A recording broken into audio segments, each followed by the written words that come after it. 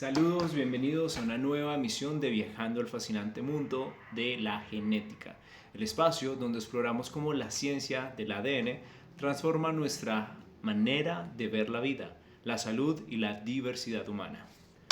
Hoy nos adentramos en un tema profundamente humano y muchas veces mal interpretado.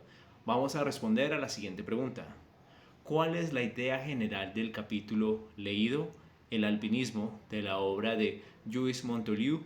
Este capítulo nos invita a representar el albinismo no como una enfermedad, sino como una condición genética rara. Louis Montoliu nos explica que las personas con albinismo no padecen esta condición, sino que viven con ella como cualquier otra persona que porta una variación genética específica. El autor deja claro que todos somos portadores de mutaciones, todos genéticamente distintos, y que solo cuando heredamos ciertas mutaciones en ambos genes de un par puede manifestarse una condición de albinismo. Aunque el rasgo más visible del albinismo es la falta de pigmentación en piel, cabello u ojos, la verdadera dificultad que enfrentan estas personas es una discapacidad visual severa que afecta a su calidad de vida mucho más que su apariencia física. Montoliu destaca que esta discapacidad es producto de alteraciones en el desarrollo de la retina y en las conexiones nerviosas del ojo y el cerebro. El capítulo también contextualiza el albinismo dentro del grupo de llamadas enfermedades raras, explicando que, si bien afecta a pocas personas individualmente, en conjunto representa un desafío importante para los sistemas de salud. En ese sentido, se destaca el papel crucial de la investigación científica y de las asociaciones de personas con albinismo, que luchan por visibilidad, derechos y tratamientos adecuados. Finalmente, el autor subraya la importancia del lenguaje, propone evitar términos como albino, que pueden ser despectivos, y en su lugar hablar de personas con albinismo, porque nombrar con respeto es también reconocer la dignidad del otro. Y ahora, desde estudio, damos paso a nuestra compañera Ángela, quien responderá a la siguiente pregunta. ¿Por qué la genética es importante para los individuos y para la sociedad? Y según las lecturas, ¿cómo influye la genética en el comportamiento cultural de las personas y específicamente de los hobbies? Adelante, Ángela. Muchas gracias, Jeffrey, por tu gran aporte. Hola, compañeras. Hoy traemos un reporte donde la ciencia y la cultura se encuentran. ¿Sabían que nuestros genes no solo moldean nuestro cuerpo, sino también nuestras costumbres? Vamos a descubrirlo. Primero, hablemos de por qué la genética es clave para los individuos y para la sociedad. Los genes determinan características como la altura, peso, color de cabello y también nuestra susceptibilidad a enfermedades. Un ejemplo claro es el albinismo, causado por heredar dos copias defectuosas de un solo gen, como el TIR. Esto provoca falta de pigmentación en la piel y cabello, problemas de visión y mayor riesgo de quemaduras y cáncer de piel. En medicina, la genética permite diagnósticos rápidos y el desarrollo de terapias innovadoras y la lucha contra la discriminación. Centros como el CIBER en España trabajan para que una persona reciba su diagnóstico genético en menos de un año y ya prueban tratamientos para mejorar la visión en ratones con albinismo. Pero la genética también escribe historias culturales y aquí entra el caso de los Hopis, un pueblo indígena donde el albinismo es 100 veces más frecuente que en el resto de la población. ¿Por qué? Pues su cultura veía a las personas albinas como bellas, inteligentes y símbolos de pureza. Los hombres albinos estaban exentos de trabajar bajo el sol, lo que les permitía pasar más tiempo en la aldea y tener una ventaja para formar pareja. Esa costumbre, sumada al pequeño tamaño de la población, favoreció que el gen del albinismo se extendiera. Su apariencia única puede asignarle roles especiales como chamanes o artistas. Creencias y estigmas, algunas culturas lo consideran espirituales, pero también pueden surgir mitos peligrosos, como en África. La genética explica condiciones como el albinismo y nos obliga a avanzar en investigación y combatir injusticias. En cultura como los Hopkins, muestra cómo los genes moldan tradiciones y roles sociales, mientras en otras partes del mundo el albinismo es motivo de discriminación o incluso violencia. Los Hopkins nos muestran que los genes y la cultura pueden unirse para proteger y valorar la diferencia. Así que, compañeras, la próxima vez que escuchen hablar de genética, recuerden, no es solo biología, es historia viva. Hola, hola, mi nombre es María José. Muchas gracias, Ángela, por esa información tan valiosa. Hoy, en nuestro segmento de Ciencia y Sociedad, viajamos al fascinante mundo de la genética para descubrir cómo tres ramas distintas de esta disciplina se unen para explicar un caso único: el albinismo en la comunidad indígena de los Hopis en América del Norte. La genética, como quizás recuerdes de la escuela, es la ciencia que estudia cómo se transmiten las características de padres a hijos, pero para entenderlo a fondo, los científicos han dividido sus estudios en tres áreas principales.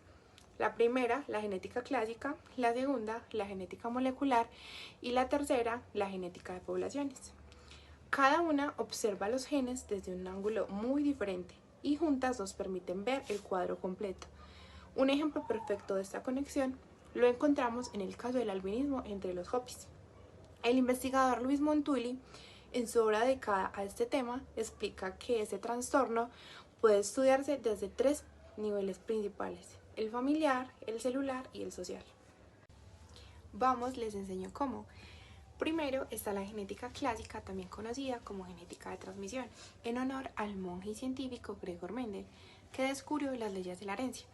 Esta rama se encarga de estudiar cómo se transmiten los rasgos y si estos son dominantes o recesivos. En el caso de los Hopis, el albinismo es un rasgo recesivo, lo que significa que una persona debe heredar dos copias del gen mutado, una de cada padre, para presentar la condición.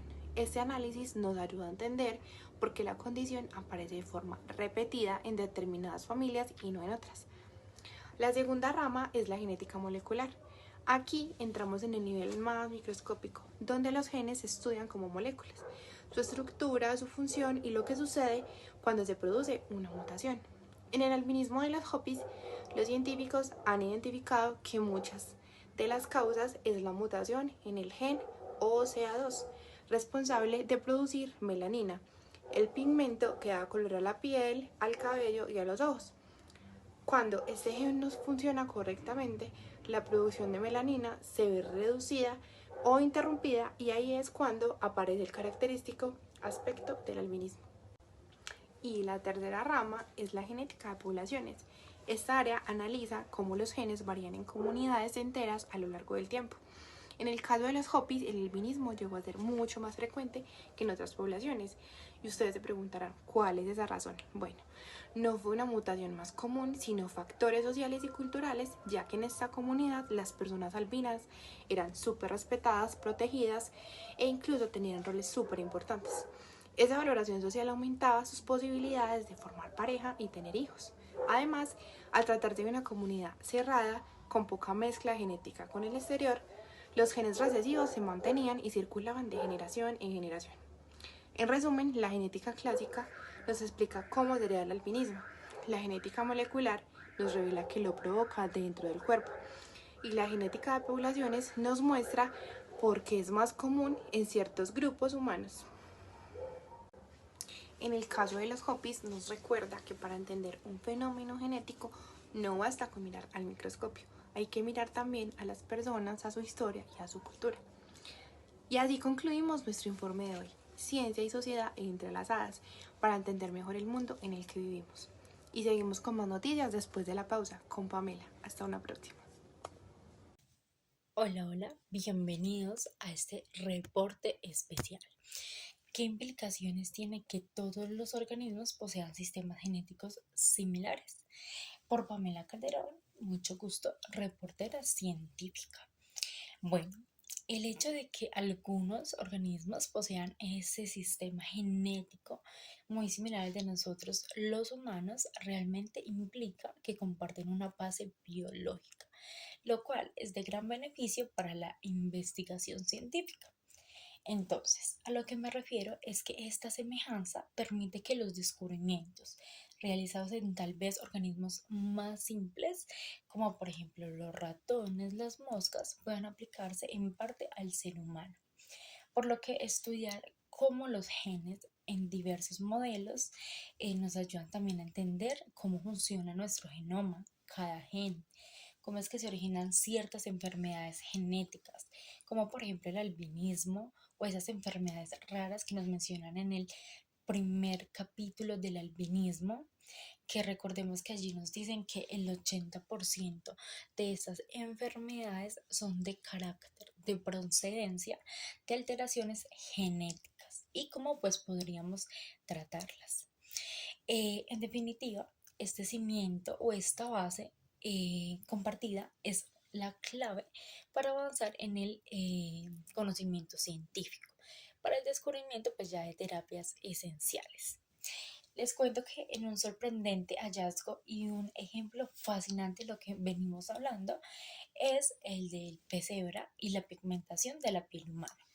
Les cuento que utilizaron como modelo al Daniel rerio, que es el pez cebra, y el hallazgo fue que una mutación recesiva en el pez cebra dorado genera una pigmentación más clara debido a la menor cantidad, tamaño e intensidad de los melanosomas. Los melanosomas son estructuras celulares que contienen pigmentos. Entonces, esto en la aplicación en seres humanos, investigadores partiendo de este descubrimiento en el pez cebra identificaron un gen muy similar en humanos, que es el CL24A5, que codifica una proteína relacionada con la incorporación de calcio en los melanosomas.